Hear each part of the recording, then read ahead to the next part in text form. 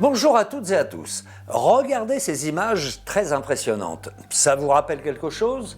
Eh bien non, il ne s'agit pas d'un tremblement de terre, mais des conséquences dramatiques de la tempête Alex qui a violemment frappé plusieurs villages des Alpes-Maritimes en octobre 2020, provoquant des pluies diluviennes et des inondations torrentielles qui ont tout emporté sur leur passage.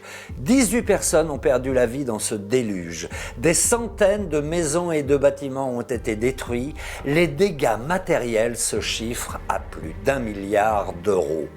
Mais ce genre de phénomène météorologique extrême, il y en a eu d'autres avant. Nîmes en 1988, Vaison-la-Romaine en 1992, le département du Gard en 2002, celui de l'Aude en 2018.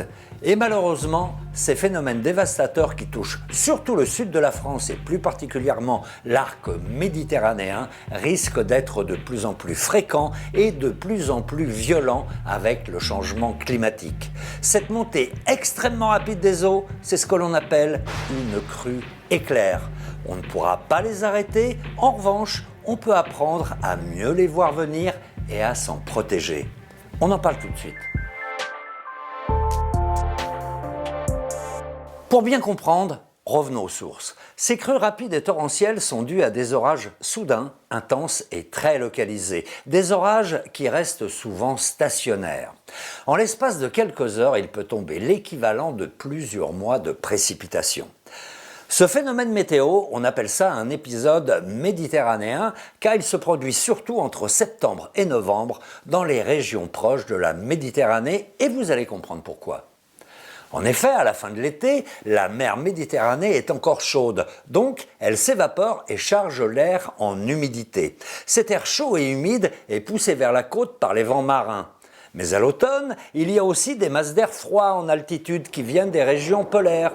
Quand l'air chaud et humide rencontre l'air froid, l'eau qui s'était évaporée sous l'effet de la chaleur redevient liquide, elle se condense. Des nuages se forment et de violents orages finissent par éclater. Et ce phénomène est encore accentué dans les régions montagneuses. En effet, le relief forme une barrière qui fait obstacle aux masses d'air chaud. Celles-ci montent alors en altitude, là où l'air est plus froid. Si vous avez tout suivi, vous connaissez déjà la suite. Condensation, orage, pluie intense et vents violents. Le niveau des torrents et des rivières monte alors brutalement. Le débit augmente, la vitesse du courant aussi, emportant des rochers, des troncs d'arbres et toutes sortes de débris.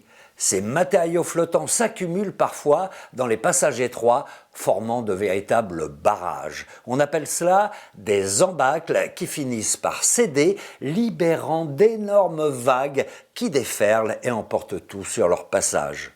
Quand ce phénomène se produit sur une ville, où les sols sont complètement artificiels et imperméables, alors là, les rues se transforment en torrents. Voilà comment se forme une crue éclair. Alors on parle d'épisode méditerranéen, mais ça concerne qui exactement ? Pendant longtemps, on a parlé de pluie ou d'épisode cévenol pour qualifier ce phénomène météo. À tort, car même si le massif des Cévennes est concerné par ces pluies torrentielles, les conditions propices à leur formation se retrouvent dans de nombreux départements proches de la Méditerranée, ce que l'on appelle l'arc méditerranéen. Regardez, aujourd'hui 23 départements sont menacés par des pluies intenses et des inondations rapides. Ils vont des Hautes-Pyrénées jusqu'aux Alpes-Maritimes, sans oublier la Corse. Sur ces 23 départements, 15 indiqués en rouge sont considérés comme particulièrement exposés. Et le changement climatique risque d'aggraver la situation. En effet, si la mer Méditerranée est plus chaude, on peut s'attendre à ce que ces pluies torrentielles soient plus nombreuses. Alors pour savoir plus précisément si vous vivez dans une zone à risque, vous avez plusieurs outils à disposition. D'abord, vous pouvez consulter le site de votre mairie. Il existe un document qui s'appelle le DICRIM, le document d'information communale sur les risques majeurs. Comme son nom l'indique, il recense tous les risques naturels et technologiques auxquels votre commune est exposée et vous donne toutes les informations de prévention utiles. Vous pouvez aussi consulter le site internet de votre préfecture. Vous y trouverez un atlas des zones inondables. C'est un document d'information qui vous renseignera sur les zones exposées à un risque d'inondation. Ou encore, allez sur le site Géorisque, localisez votre habitation en indiquant votre adresse et vous pourrez voir ainsi si vous habitez dans une zone inondable. S'il n'est pas possible d'échapper à ces pluies torrentielles et à ces crues éclairs, au moins on peut les voir venir, ce qui donne le temps de se protéger. Pour cela aussi, vous disposez de plusieurs services. D'abord, vous pouvez consulter la carte de vigilance de Météo France qui annonce les risques de pluies intenses et de crues au moins 24 heures à l'avance et lance les vigilances rouges quelques heures avant un risque d'inondation de grande ampleur. Plus précis encore, le site internet Vigicru. Il est actualisé plusieurs fois par jour avec toutes les informations sur la situation des cours d'eau français, les risques de crues selon les régions et des conseils pour se protéger. Vous pouvez même vous y abonner pour recevoir des informations personnalisées et des alertes. Il existe d'ailleurs aussi une application à télécharger sur votre smartphone. Bref, tous ces services sont indispensables pour anticiper les crues rapides, mais aussi pour recevoir des conseils sur les conduites à tenir. Autrement dit, avoir les bons réflexes.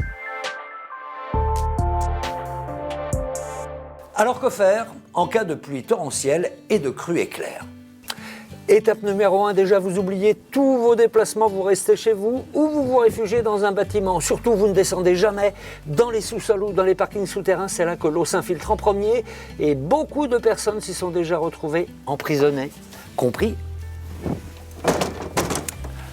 Pas question non plus de prendre la voiture, 30 cm d'eau seulement suffisent pour emporter un véhicule. Et n'essayez pas d'aller chercher les enfants à l'école, le personnel scolaire se charge de leur sécurité. Donc vous restez tranquille, à l'abri. Étape numéro 2, sécuriser les lieux. Coupez le gaz, l'électricité et le chauffage pour limiter les risques d'explosion et d'électrocution. Bloquer toutes les entrées d'eau sous les portes par exemple en mettant ce que l'on appelle des bâtards d'eau, on peut même les fabriquer soi-même. Et puis, pensez aussi à boucher les aérations, rehausser le mobilier et l'électroménager. Bon, enfin si vous pouvez. Enfin, troisième et dernière étape, mettez-vous en sécurité. Prenez avec vous les essentiels, de l'eau, de la nourriture, des vêtements chauds, vos principaux médicaments. S'il y a plusieurs étages, là où vous êtes, montez le plus haut possible et choisissez une pièce avec une fenêtre accessible par les secours. Et puis bien sûr, restez informés et suivez les consignes des autorités. Pour cela, il est toujours utile d'avoir prévu une radio avec des piles, évidemment. Bon, je sais, ça fait beaucoup d'informations à retenir, mais n'hésitez pas à aller sur ces sites. Vous y trouverez toutes les informations détaillées. Quant à moi, je vous dis à très bientôt pour la suite de cette série sur la prévention des risques majeurs. Ciao!